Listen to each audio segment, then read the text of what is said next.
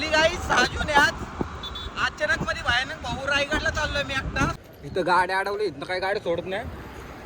किल्ला इकडे 100 पैकी 70%, 80% खाली जाणारे असतील, 20% वर जाणारे, आणि त्यातला मी एक आहे.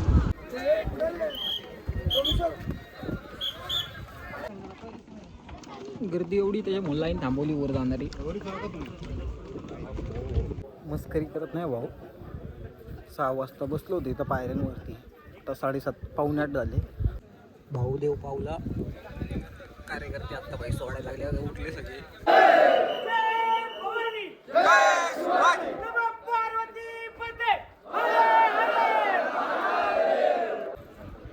मी बी इथं झोपणार भाऊ कुठतरी. लाईन आहे का?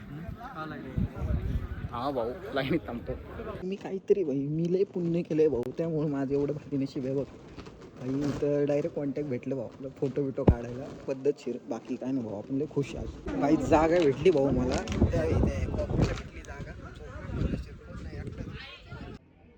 Good morning. काय सकाळ झाली, सगळी लोक उठून गेली. अर्धा खरे कमी झाले. जागांची चादर आली भाऊ, मला माहितीच नाही. थांबा दाखवतो.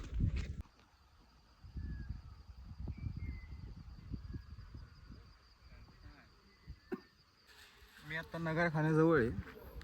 इथून अर्धा रायगड दिसतोय. इथं राज्याभिषेक झालेला. त्या साईडला की ढगं वगैरे उतरली. ही बाजारपेठ.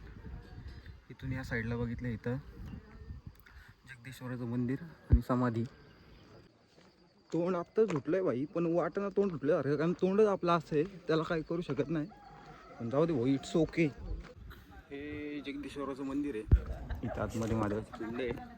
मी दिवसांदिवस भाऊ प्रोफेशनल होत चाललं. चप्पल बी आणली, बूट बी आणलाय, ही बॅग आहे.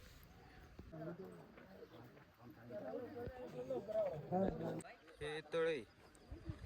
असं म्हणतात की या तळ्यातलं दगड काढून वरती मंदिराला आणि नगरखान्याला वगैरे वापरलेलं. एवढा खतरनाक शॉर्टकट भेटला ना भाऊ. अर्धे वाटे आलो इथं, अर्धी वाट डायरेक्ट इथं माझी गाडी दिसते. मॅगी आणली होती भाऊ, पास्ता आणला होता. गॅस आहे, शेगडी आहे, प्लेट आहे, पण बनवायला हेच नव्हतं, पातेलच. मला वाटलं भाऊ तिथनं माझी गाडी दिसते इथं, पण लपड असं आहे भाऊ, ही माझी गाडीच नाही, हे ही दुसरी बुलेट होती. तिकडं बघतोय भाई, प्रत्येक हॉटेलमध्ये कोण ना कोण काय ना काय खाते. मी एकटाच आहे भाऊ दहिंद्रा. तर मनाला वाटलं तिकडं उतरला. कसं अण्णा म्हणून तसं भाऊ शेवट पोचलो गाडीपाशी.